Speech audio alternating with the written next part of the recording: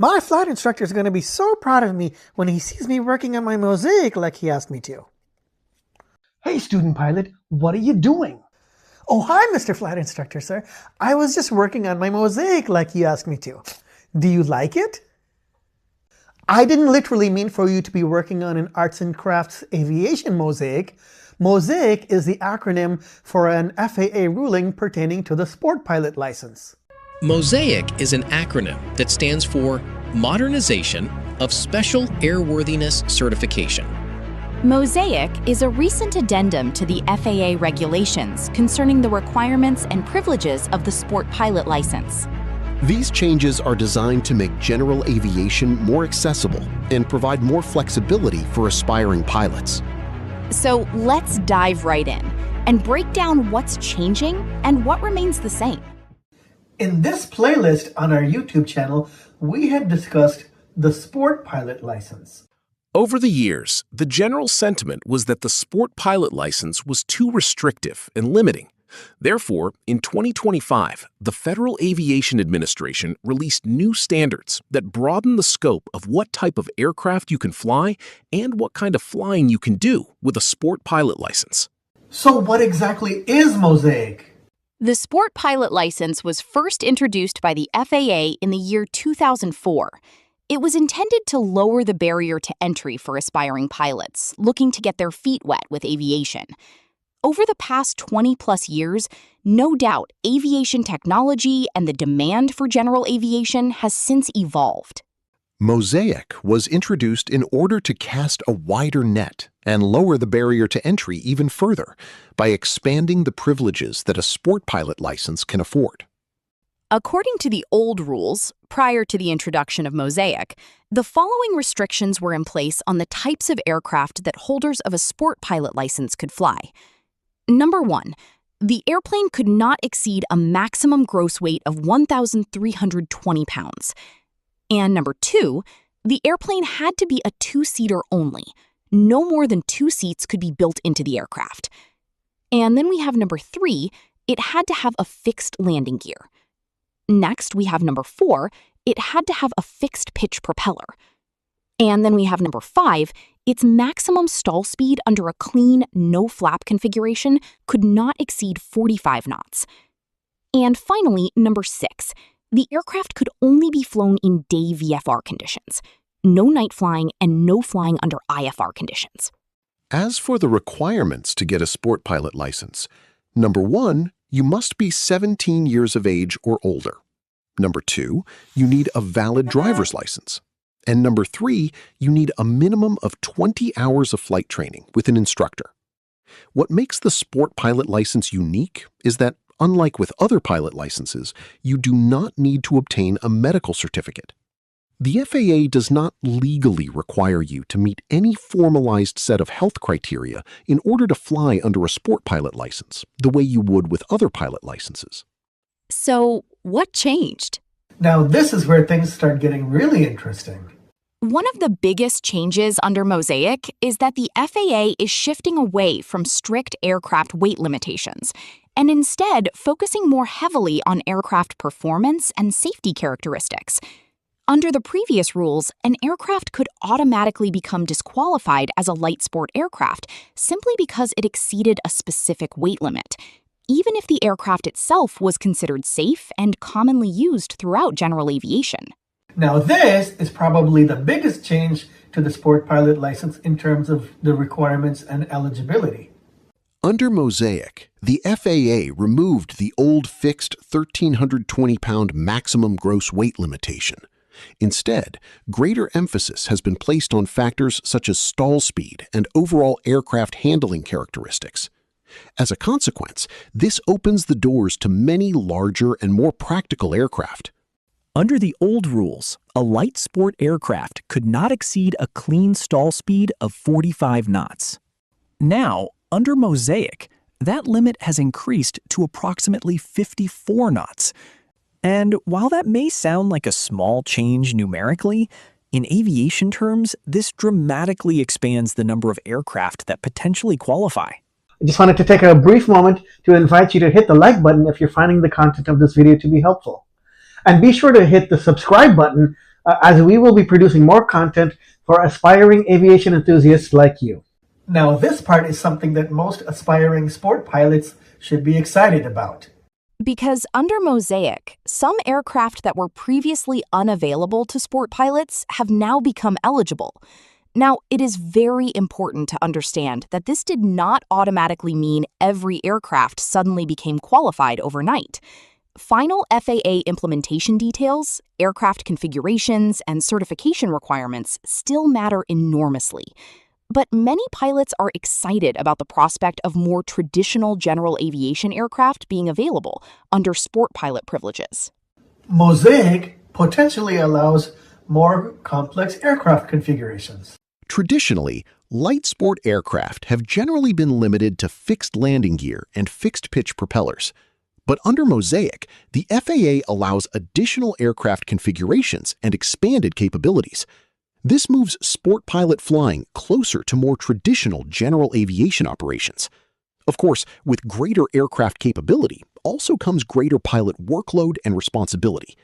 Whereas a basic sport pilot license still doesn't allow you to fly complex aircraft, MOSAIC now allows you to be able to do so, as long as you receive the additional flight training and necessary endorsement for it.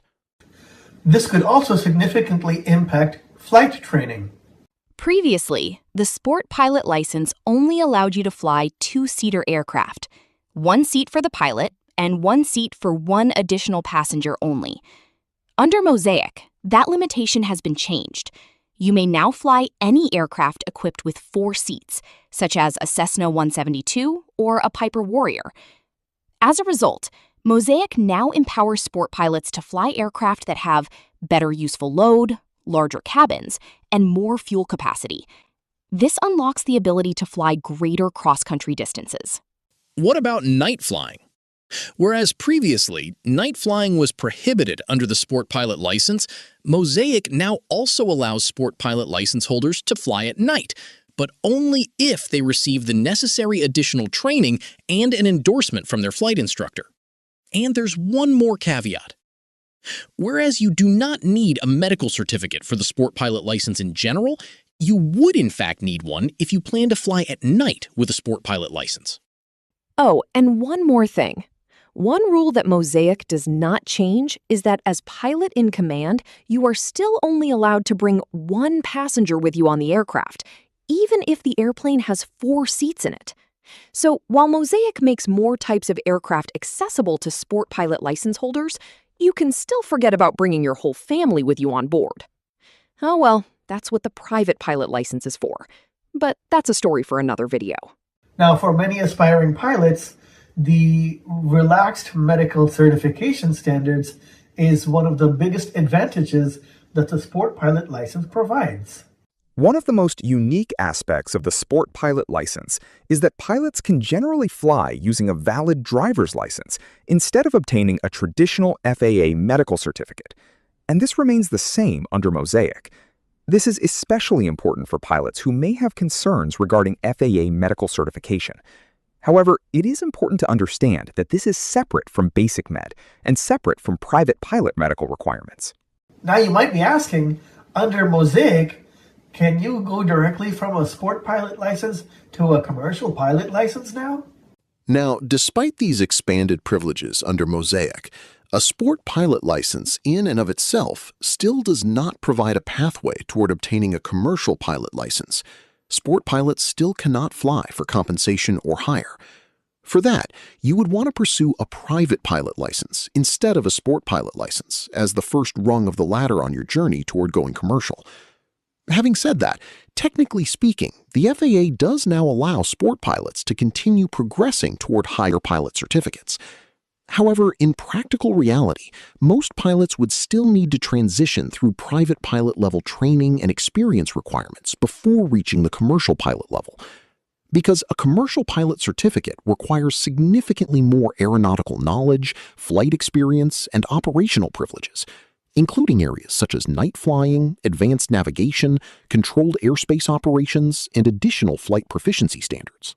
Did you know that under MOSAIC, holders of a sport pilot license can be indirectly compensated for their flying, even though they don't have a commercial pilot license?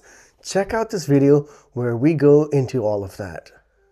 The aviation industry is watching MOSAIC very closely because these changes could potentially impact aircraft manufacturing, pilot training, flight school operations, and the future growth of general aviation itself. All right, you've made it this far into the video. As a token of appreciation, I invite you to click on the link in the description below this video where you can get a free download of the Private Pilot Checklist Toolkit. Now, to be fair, not everyone is comfortable with these new changes under MOSAIC, so the FAA is trying to balance accessibility with safety. Some critics have expressed concerns that allowing more capable aircraft under sport pilot privileges could potentially increase operational risk, especially if training standards do not evolve alongside aircraft capability. Increased aircraft complexity inevitably introduces increased demand for pilot proficiency, which in turn exposes greater safety implications that would need to be addressed. On this basis, MOSAIC continues to generate significant debate throughout the aviation community. Now, a quick disclaimer. As of the publication of this video in May of 2026, MOSAIC has only been partially implemented. MOSAIC was slated to go into effect in 2 phases. Phase 1 went into effect in October 2025. Phase 1 gave pilots the legal ability to operate heavier, more complex existing aircraft and to fly at night, provided they obtained the necessary training and endorsements. Phase 2 is slated to go into effect in July 2026.